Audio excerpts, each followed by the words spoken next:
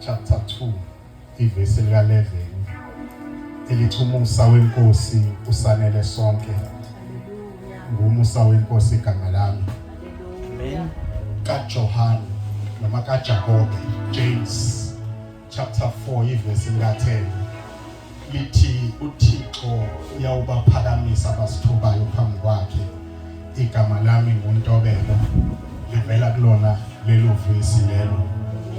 Isibongo sami sitholakala lapha encwadini kaDaniel chapter 3 uma ufunda uverse 17 uya ku25 lithi iBhayibheli waphakama uNebukadnezar wathi kanti nifaka abangaki esiphandweni somlilo. Sengiyaparaphrase ke ngeke ukuthole lokhu uthi bengithi mina nifake abathathu ngibona kuShabane. uShabane wayesevela kanjalo isibongo saShabane tuwabone ngathi kuShabane. Isithakazelo sami sitholakala lapha encwadini kaMateyu chapter 15 verse lika 16 elithi iBhayibheli uJesu wabuza abafundi bakhe ukuthi bathi ngingubani. Babala wayesebuza abafundi ukuthi nina nithi ngingubani. Washo umfowethu omdala uPawulu ukuthi uJesu ungubani. Wayesethi phezu kwaleli dwala ngizawulakha ibandla lami. Isithakazelo ngowakadwala. Uma uya lapha ku Isaiah 51 lithi yilo leli dwala esaqhuzulwa kulo. Uma uya kuMahubo 60 athi uDavide ngibekeni edwaleni ukuphakeme bonami.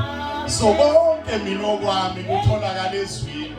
Nami njengoba ngumusa wenkosi ngiyithole senginomusa kwezinye izinto engafanele ngabe ngiba nomusa kuzona. Ngisakhula isakaze singizalayo sasithi uthithiza kakhulu ngoba wena uvumela abantu badlale ngawe.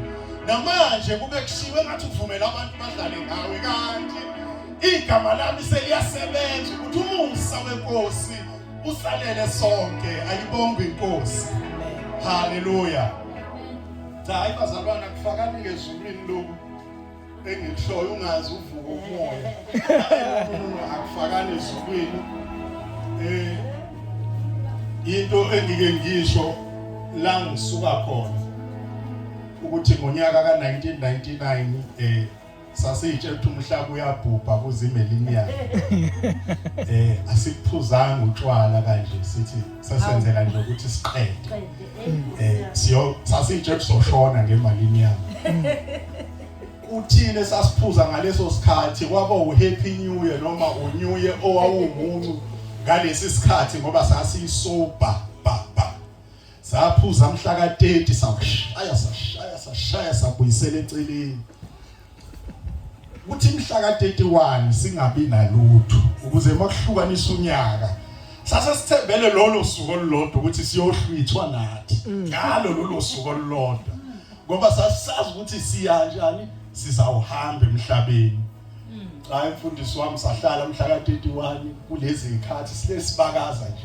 Ngoba phela mhla ka31 suke sikhonto esekufanele inyakaze. Ngisho inyama sayibeka eceleni sathi iyona lezo silola. Ngoba mawuyibraye khona lento okufanele ukuyifafaza ukubhiya kuze ibe nale yavavavuma ayisahlala. Ayakhala amathini ekuthina sasithi ukukhala kwamathini ke. Namanje kusangiphundla nje ngisathi ukukhala kwamathini ngoba mhlawumbe ke ngibuyele kancane kuma 2K sasinalento yokuthi uma ngabe kurenovatewa njalo ngoDisemba kusala amathini kapende esikhundleni sokuthi abazali bethu bathenga ocricket sasimegcekeni neinduku siyibeke sishaya amathini ukukhala amathini la ukukhala amathini kwathiwa ukuhlukanisa unyaka ukukhala amathini. So nje yayinto yethu nje yayinaleyo nto ke kodwa. So sahlala salinda ukuthi ayizoshaya u12. Wathi mawushaya u12 ukuhlukaniswa I think kwahlukanisa ingoma kaBrenda Fassie lapho futhi ngalezo sikhathi. Wabona ukuthi noma sidansa khona futhi sasidansa omunye umdanso okwakuthiwa itwalatha mangingaphosisi. Wabona nale twalatha yethu ngathi ikhathele ngendlela esidansa ngayo ngoba manje ayikho lento ephakathi kuthina ukuthi sidake. wawukhuza unyaka ulinda Sibiya benozanele Mvukazi babe uqeda hayi sabona kushaya u5:12 sabukana ayisakhona kwashaya u12 ayisasho kakhulu sathi ayisakhona kwashaya u12 kwathi hayi mhlawumbe late mhlawumbe uqale enzansi kobhamba uyakhuluza ayisakho kwashaya u1 kwashaya u2 sabhekene hayi abanye bethu basaba ngikutshela ukuthi kwathi ngomhla ka1 ngalezi ikhathi ila sasiqala khona ukuthi asicelebrate ukuthi singenile onyakeni kanti mina sengizokuba okugcina ngikwenza so ingakho like lithi iBhayibheli usebenzisa izinto engathi ziwukula yes ukuthi azuze okwakhe ngiyaparaphrase izwa lisho kanjalo kodwa usebenzisa izinto engathi nje ayihlelekile kahle ubona usudlulile ukuthi kanti ngidlula lapha ngizocela siyezwini bazalwane bengafuni ukuthi sengispend u7 minutes ngikhuluma ngalo which is very wrong but anyway ila sidlule khona sisazowakhuluma kahle sikhuluma ngayo leyo kunqumane ebandleni indaba sikhulumane kangaka ebandleni bazalwane ngicela ningivumele ukuthi nje sikhulume ngezwi likaNkulunkulu namhlanje yes ayikho into egcwaliswe kumina nginazo impela indaba nginazo ziningi izinto engidlule kuzona nezinto engiyizona ngingakhuluma ngazo lana kuze kushone ilanga kodwa khona into enginikwe yona izwi likaNkulunkulu bazalwane uma ngabe ngilenza kanjena akukona ukucaka akukona ukuphakama kodwa into engisuke ngayi-indulge kuyona lagcina likumina izwi likaNkulunkulu ukuthi noma sengiphatha iBhayibheli ngisuke ngenzela abazalwane ngayitshela nje ukuthi I want to be a walking Bible ukuze mangikhuluma ngikhulume izwi likaNkulunkulu kuna lithi iBhayibheli ngokuchichima kwenhliziyo umlomo uyakhuluma khona uthi mangabewa abiza abakubo akukho wrong ukuthi ubiza abakini bayasizana nabo mhlawumbe nawe usubona into bakusize kangakanani sengisho laba abaphilayo kabakini ukuthi bakusize kangakanani empilweni yakho ukuthi uqhubeke bayakusiza kona kodwa khona la bengafinyeleli khona kodwa uma ngabe kuchichimizwe uthi noma ngabe ushibilika noma uqhuzwa uthi Jesus ake wathi Jesus ku-activateka izwi labaseFesu chapter 2 verse 9 elithi ngalo leli gama esinikezwe lona laphakanyiswa labangaphezulu kwamagama onke uma ke wathi Jesus kuguqa konke okungaphezulu okusemhlabeni nakungaphansi komhlaba so you are activating amandla make wathi Jesus kanti make ngathi odwala bavele banyakaze kancane bathi hayi lona kade agcina ukuhlabela because ubudlelwane abukho kahle nami nabo kodwa bayangisiza nje kodwa abangisizi ngokupheleleyo ingakho noma ngiyenyangeni ngithi ngiyogqihela ukuqina ukuthi mangiqhamuka abantu bathimule kuyasiza nako kodwa kufanele ngihlale ngiyokuvuselela kanti lana uwenza ubudlelwane ebukhoneni bukaNkulunkulu ngicela sivule izwi lethu laphana kaJohn chapter 1 no 1 John chapter 4 verse 8 sizokhuluma ngothando lomzalwane nokuthandaza sizokhuluma ngothando nokuthandaza ikuphi inhliziyo bazalwane ngicela ngikhombise inhliziyo umfundisi ngikhohliwe ukusho ukuthi umfundisi ngiyafundisa ushumayela kubuye kungihlula ake ngicela sikhombe inhliziyo bazalwane awukhombe inhliziyo yakho ngikuhleke ngibone ukuthi kuphi ngizokuhleka futhi no hayi siseklasini bazalwane awuyikhombe khona abangayikhomba abanayo isho awuyikhombe wena la uyitshela ukuthi khona inhliziyo noma la wazi khona ukuthi ikhona inhliziyo angiyizwa futhi la uyayizwa umfundisi wami angisho ukuthi ku wrong lokho ukuthi ibe lapha inhliziyo kodwa uma ngabe ukuthi angisazi ukuthi ibizwa ngani lezi izifundo kodwa ngathi mangifunda kwibiology sengifunda ngalento ekuthiwa i-respiratory system sengifunda ngama-lungs sengifunda nge-cardiovascular organ sengifunda ngazo zonke lezi zinto ukuthi lokho esithi inhliziyo i-cardio ingakho noma uyojima kuthiwa awuqale wenza i-cardio ukuze iphefumule kahle iqaqe imithambo yakho i-cardio yilokho esithi ke thina inhliziyo kanti lokhu uma ngabe ukutolika nje ukususa ku cardiovascular ukuletha ngapha ezulwini isiphampa gazi nje lesi. There is why noma kungakhishwa lokokwalo kuzofakwa kumfundisi umhlongo ayikho into ezoshintsha ngokuthanda umama umhlongo ayithu bese ethanda umama Shabane cha izophampa igazi iqhubeke nje. So lokhu akuphazamisi into lento ayitshela ukuthi inhliziyo lento ekuthiwa inhliziyo idule kakhulu kabi. That is why makwakhiwa umuzi inhliziyo ayibonakala kodwa kubonakala izithelo. Ingakho uJeremiah umuzwe ethi inhliziyo yimbi ubani ongayazi na. Uyayibona lo mbuzo lo. So uma ngabe wakha umuzi wakha ushiya isikhala sewindi uhamba uye hardware uthi ngicela iframe uthi ufuna iframe yakhe iframe yewindi lasendlini ufike ulifake iframe alinawo amaglass uphinde uhamba uye store ehardware uthi uyothenga iglass ufuna iglass yakhe yewindi. So uyabona ukuthi kuseba isikhala sewindi iframe lewindi iglass yewindi kodwa iwindi lona awukakabi nalo noma ukakaliboni okusho ukuthi iwindi imphumela yezinto ezifakwayo lapho. Ingakho lithi iBhayibheli ngokuchichima kwenhliziyo umlomo uyakhuluma. So khona ukuze umuntu ethi umqondo wakho uthatha kanjani athi ingqondo yakhe isebenza kanjani. So izinto ezimbili lezo umqondo nengqondo. Umqondo yini? It's a conscious mind.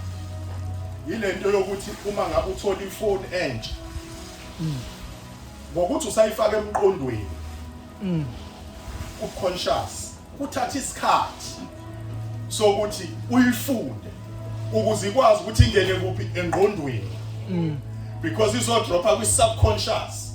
Le phone engiyiphathayo sengiyiphathe for almost 7 years. Sengiyazi ukuphuma nokungena kwayo ngisho ngivala amehlo sengiyazi ukuthi ngenza kanjani ukuthi ngenze ukuthile ngoba sekukuphi sekusengqondweni yami akusekho emqondweni. Ngisho iphethini enginayo isikuphi isisengqondweni ayikho emqondweni. Kodwa mangase ngini kuba kumhlongo manje angangibuza later in the day ukuthi kambe le phethini yakho imi kanjani ngobani kusakuphi kusasemqondweni akukho engqondweni.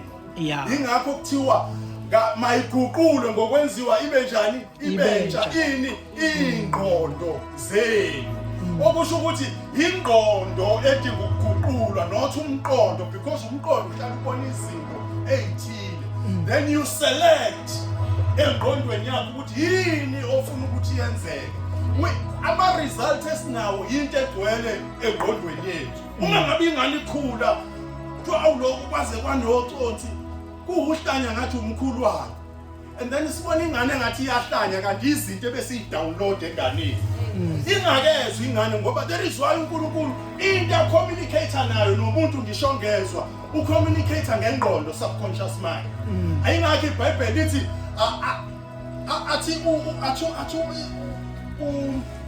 I think in the book of Kings lapho khona uelethelwa amagwababa izinto lithi iBhayibheli uElisha wezwa a still small voice.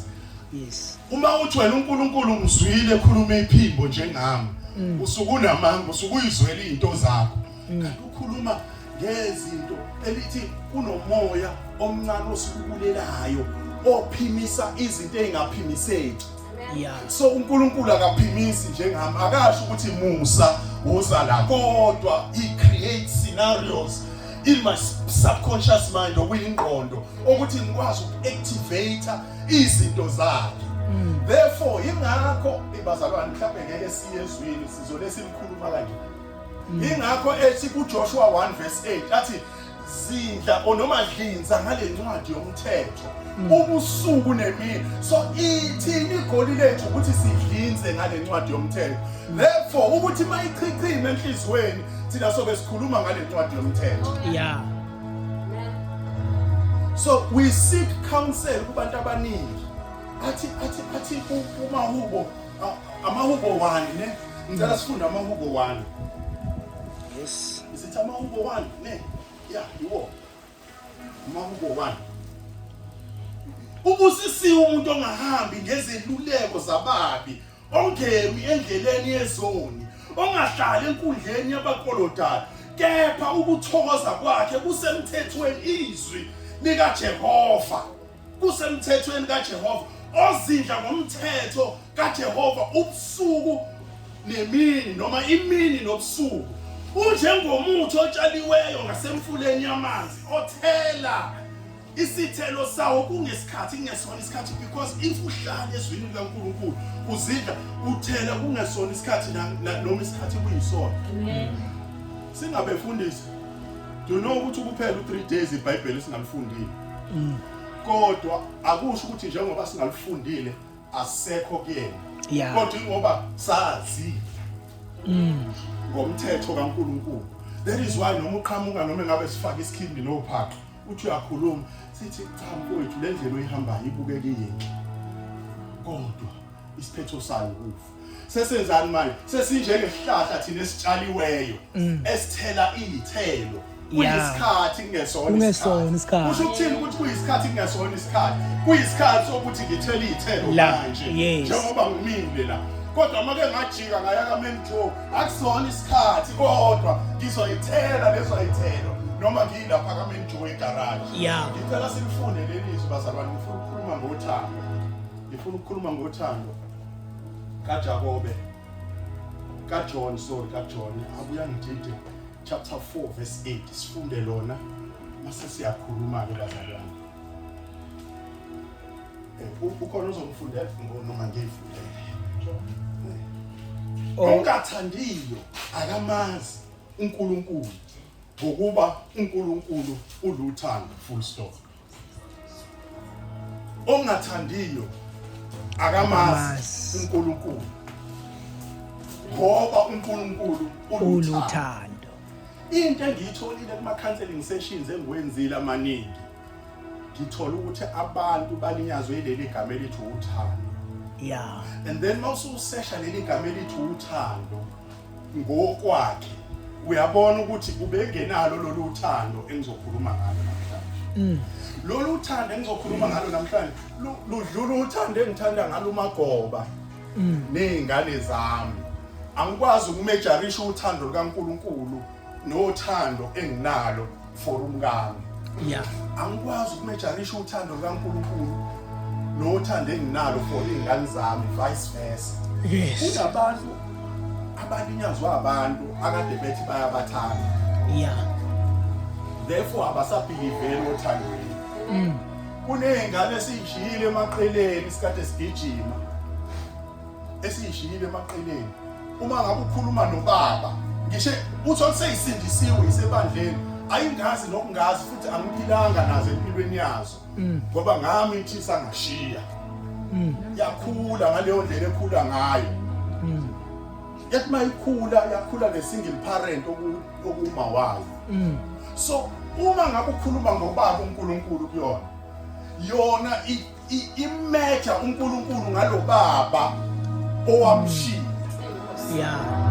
angameja uNkulunkulu ngalo baba oNkulunkulu then uthola ukuthi siyayimista uthola ukuthi nezingane zethu zigijimela abantu abadala zithi ziyofuna uthando lukaBaba kanti kwayena lo muntu agijimela uthando lukaBaba kuyena akazi ukuthi kuyini ukuba ubaba ayithathe ingane ayifake embhedeni ngoba uthando lulimele emhlabeni into ekufanele sikwazi ukuyi-infuse abazalwane uthando elithi iBhayibheli kuJohn chapter 16 I think verse 35 lithi uphawu esiyobonakala ngalo akukona ukuhlabelela akukona ukuthandaza kodwa uphawu esiyobonakala ngalo ukuthi sithandane ngoba ilona phawu labazalwane lulodwa abantu abaningi bayekile emabandleni khona ivideo ekade trenda yenyinsizwe ekade ikhuluma izwi kaNkulunkulu iphethe ibhodlela likaBhili ihamba igudla lensizwe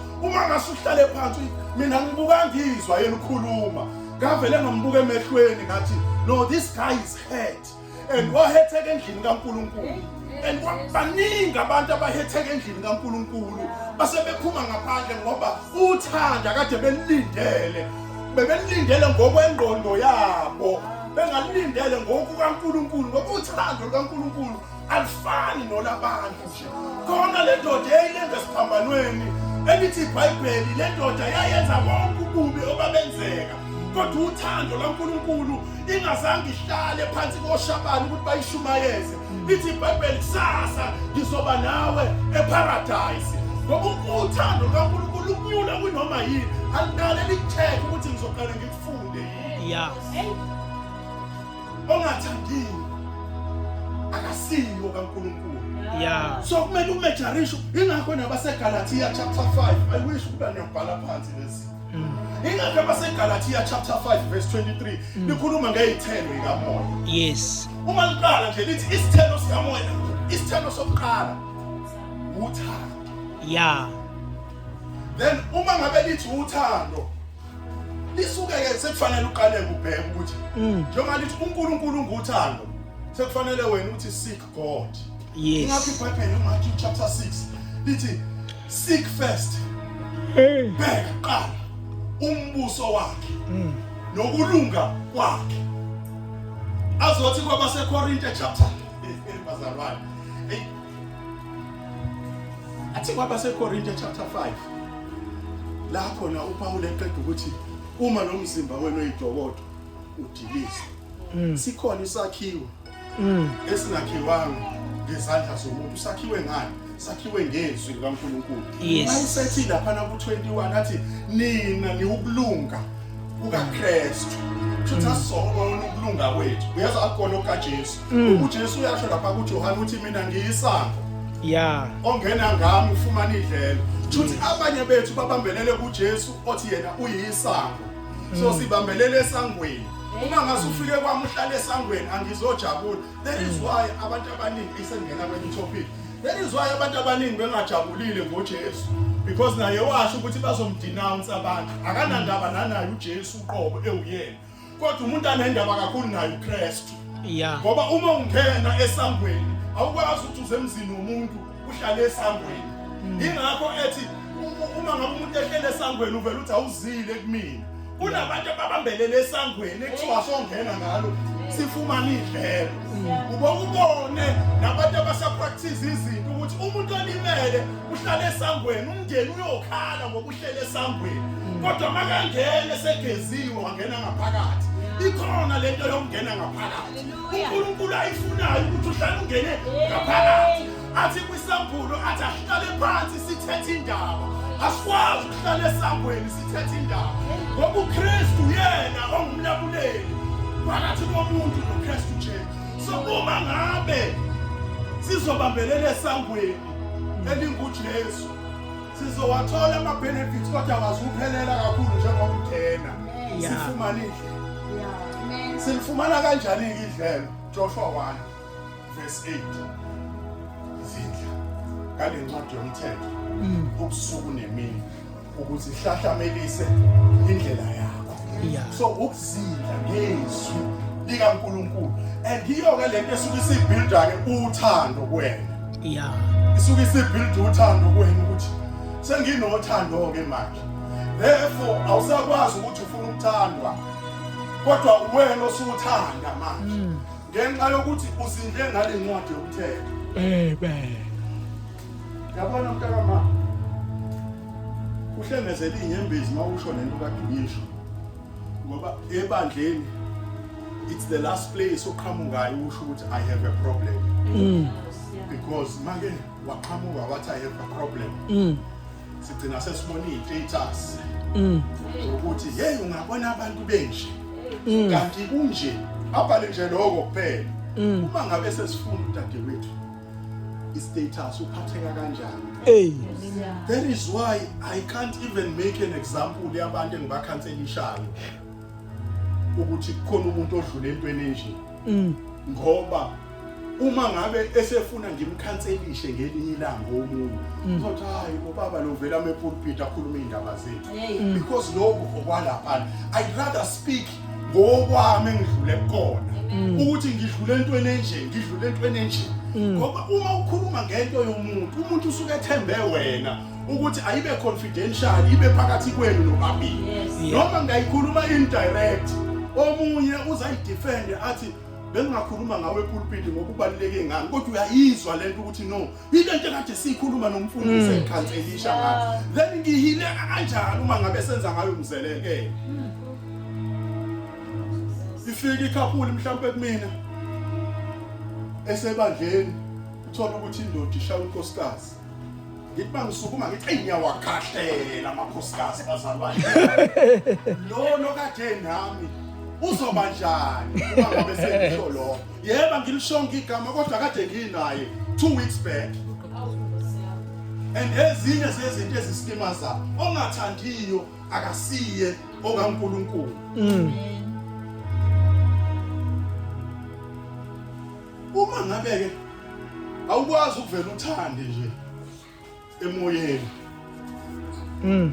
there is why leli gama elithi thandaza not ukukhuleka thandaza because there's a difference between ukukhuleka praise nokuthandaza worship to praise ukudumisa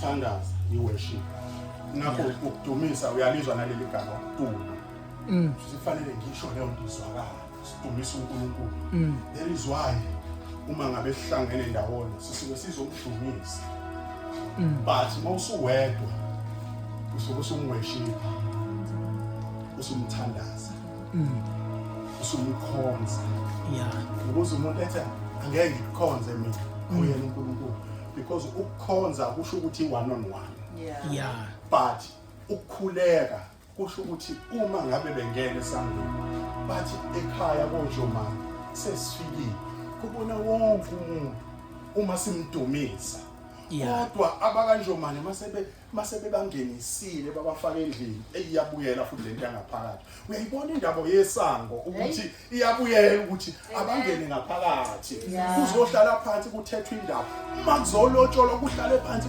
kuthethwe indaba lapho usuke senikhuluma one on one ukuthi niyavumelana ngaloko kanivumelani ngaloko then masekuphuma omama bakikiza ingakho ethi yena kuMateyu chapter 6 bazalwane iBhayibheli limnandi ingakho kuMateyu chapter 6 athi wena othandaza emfihlakalweni mina ngizokuvezela public then kuphuma omama sebephuma nama result asazi ukuthi ulotsholwe ngeenkomo ezingaki kodwa omama bakikizela ukuthi inkomo yinini bakikizela isivumelwano ukuthi kuvunyelwe uma ngabe bekikiza ilapho uNkulunkulu esuke seletha khona ipraise ila isuke seletha khona ipraise ukuthi izwiwe ibona bonke abantu so kubalekile uma ngabe uNkulunkulu uhlale wazi ukuthi there is worship and there is praise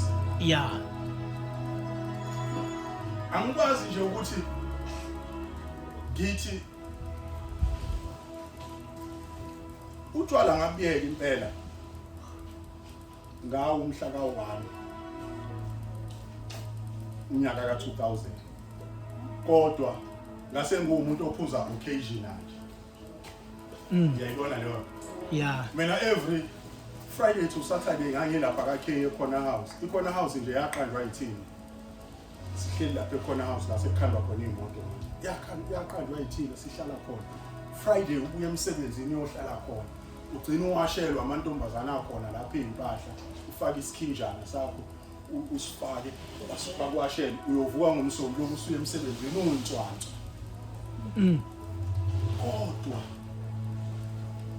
uma ngabe sengikiyeka ngakeka gradual yiphuthe sinalo ke ebandleni ukuthi umuntu makasindiswa sithi yeka konke kanti omunye sithi akayeke kanti ukepitile awukwazi ukuvele usu-investe ngemizwa yakho kuleyo relationship vele nje uzotshelwa umfundisi ukuthi yeka kanti on other occasions uthola umuntu ukepitile nje akanalo neku kuba nalo lili umfana lo akepitile that is why as a church we need to be a solution center afika asho umntwana uthi hayi ngikepitile ezahlale phansi ayawuze naye lo mfowethu uyimisele ngani ngalo dadewethu hayi ngiyimisele ngoku manje yini evimbile khona omunye othola ukuthi unayo imali yokuyovela kubo kodwa uthola ukuthi udinga imotivation ukuthi hayi mfethu awuqala ubeka ama-1000 inyanga ezu6 siyovela ngo-6000 rand. Make savela socela ukuthi nibhale omunye niyokulungisa senihleni nobabili. Ngoba uma ngabe siyibandla kufanele sigxeke yonke into. Ngoba khona umntwana okasindiswe siyoshumayela esikoleni kanti kubo bayizangoma. Uyena ophehla imbiza kubo. Ayikhiphela abantu. Mhlawumbe uyena ozahamba yogeza abantu emfuleni abadzabe abagcoba ipitsholo lezi ezigcotshwayo. Wena usuthini kulo mntwana ukuthi akaqhubeke enze njani ngoba usasubmit phansi kwabazali ndinemali yasesigodlweni iyona emise university uthini kulowo muntu onjalo church kumele ukwazi ukucabanga izinto ezikanjalo ukuthi lo muntu lona sifika kanjani kuyena ukuthi akeze la phambili noma siyibona indzaba zisagcwele insizwe emnyama sikhulume naye sithi lokho kwenzakala uNkulunkulu sakuthanda because ithi iBhayibheli hlonipha uyihlo nonyoko ukuze izinsuku zakho zande ezweni. Amen. Ezinye zezinto lezo. That is why ubona amabandla sithwele engathi sithwele kanzima. It's because sikhuluma abantu into abangayizwa. I really love umfundisi uMhlongo mangabe ekhuluma ngomnikelo. He has changed my perspective ngomnikelo. Ngoba kunabantu abayitshela ukuthi baba rich ngokuthi bazonikela uNkulunkulu. Yeah. Benza uNkulunkulu ukhehlelezi. Uthi lethu ukuthi uzokwenza ube rich. Lithi iBhayibheli lami kumaHubo 32 verse 10, 34 verse 19 lithi olungileyo uneyihlupheke eziningi. Yeah. Kodwa uyamkhipha kuzona. AmaHubo 32 verse 10 lithi omubi naye uneyihlupheke eziningi. So yini ukuhlupheka? Ukuhlupheka ukuhlushwa leli gama livele egameni elithi ukuhlushwa okwabantu bonke. Ukuhlushwa okwabantu bonke. That is why ubona nomuntu olapha eTavern phesheya unale moto wena oyikhulekelayo akayithandazelanga imoto. So amabandla asilimazile ukuthi imoto uyayikhulekela. Kanti wena ukhulekela ize lithi iBhayibheli umuntu omqondo mbili awukwazi ukumthemba endleleni zakhe. kaJakobe wami. Lithi any man who is two-minded awukwazi ukumthemba. Into kumele uyikhulekele uNkulunkulu ukuthi ube single-minded. Amen. Yeah. uNkulunkulu into ayithembe kakhulu kuwena ingqondo yakho which is inhliziyo. That is why inhliziyo kuyisona sitho akhuluma ngaso ngaphezulu kwazo zonke izitho zomzimba. Ngisho amehla kanandaba nawo kodwa inhliziyo yakho anendaba nayo ukuthi yini oyifakayo enhlizweni yakho. Uma ufuna imoto sekufanele uqale ulungise ukuthi i-financial status sami simi kanjani. Uma ubona ukuthi hayi angeke ngikwazi ukuyi-afforda lento ngokuthi ngiyoyilokuza ebank, angiqaleke ngibeka imali ngibeke o500 ngenyanga until ngiyithola imoto.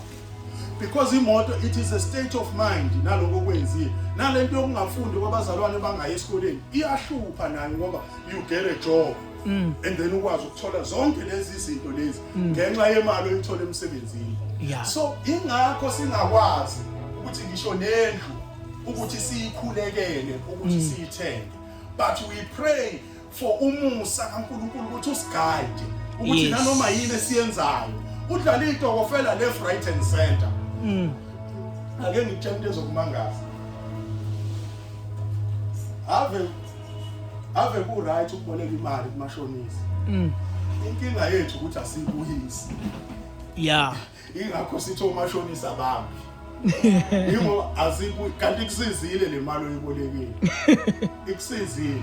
Kodwa akakusho ukuthi ngoba liyasho neBhayibheli incwadi yezakho ukuthi usiyisigqila umuntu oboleke kuye. Ngoba umbona noma ungaboleka kumina ngingayena nje umashonisi. Manje wangibona nje. Ushintsha indlela nasemona. Hey.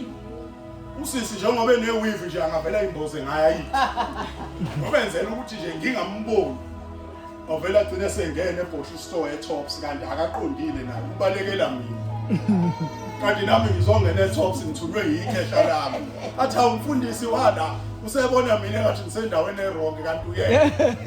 So into ekufanele uyenze ukuyithuna wena ukuthi ukwazi ukwenza izinto. Mntana ngicela ukukunika isolution njengoba ingakho nebandla lapha ngithi solution center. Ngicela ukukunika isolution mntakami. Uyasebenza ngicela ukukunika isolution nomngcwabe kade ngiwenza last week wesigebengu ayiziqhuma ibhamu laphana ziqhuma futhi nami ngayigunyaza ukuthi ayiqhume ngibanike idea bese ngizoqala lapha elindelani ngivula amanye amakhishi amabili ngathi ngicela nje ababili abazohamba beyoqala lapha amakhishi ukuze babe ne-income abanayo bese ngizoqala la eBoxer ekseni ngike ngadlula khona einsukwini ngo4 ekseni beyimele nje odriver bamateksi akekho umuntu oyebenzela amasemishi do you know ukuthi mangasho uvuke ngo4 ekseni uyobenzela amasemishi lapha every day ungalala nemali engango 6 to 800 rand a day ngiyakunika le business ukuthi uhambe uyokwenza ukuze ube nesolution yokulungisa ezinye izinto ofisa ukuyilungisa mina bengingalenza ngiliqale nje kupheleni kwenyanga because I have izinto zokuliqala kodwa ngithi le idea enginayo ngiyinike wena because I already have 8 wamakhishi lapha ku freeway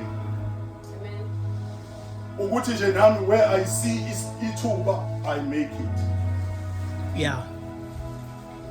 bathe nje ipeanut butter ucheese lo ka 30 rand o 24 lapha noma u12 uphatha ujam iram amaqanda igesi encane uhlale nje lapha akekho ngeke eze wena siyalamba ekseni senithi siyalamba ukuthi ngeke ngawashayela amateksi ngeke ngawashayela amateksi ngivuka ngo2 ekseni ayisiyalamba ekseni sasivuka kukhona indawo lapha eMtshebheni kwakuthiwa iTiba engavali uthenga uhalf wesinkwe ekseni osikwe phakathi ofaka ushizi iqanda upoloni irashel uthi ngize uthenge nejuice le itropic so I'm giving you umntana wami ukuthi umthathe usiyotshela umfundisi ukuthi kuphi la uhluleka uthi hayi ngishoda ngalokhu ngoba senginayo i-experience ngamakhishi ngizomthetha hayi akenze ukuthi angeke ngikunike lutho siswami ngikunika the idea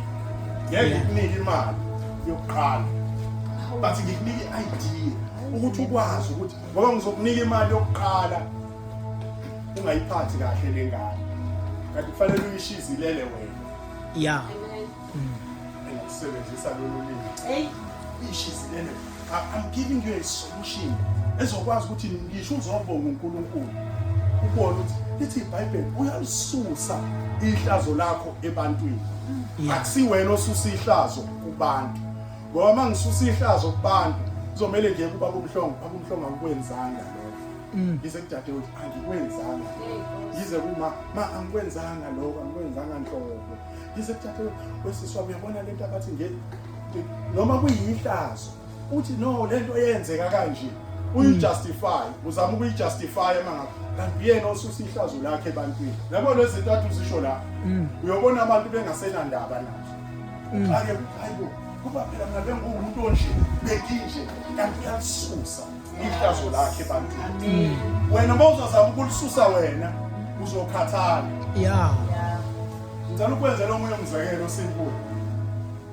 ukuthi kulombuso esibona sisebenza ngokukhuluma cela uphakamisa isandla sakho ngicela siphakamise isandla ngicela siyibonise uyabona ukuthi izwi linamandla kangakanani uthe phakamisana izandla nayiphakamisa bengasho ukuthi imiseni nje kanjani bese ngithi izihliziyo ngiyezwi engilikhulumile kodwa kube bengiqala la ngiphakamisise wena isandla phakamisise omunye bengizokhathala ngenza into efanayo kodwa futhi bengingayenza ngezwi ingakho enye induna yekhulu eyathi thumela izwi lakho ngoba linamandla ukuthi iphile indodana yakho ungazi ufike wena there is why ubona izinyanga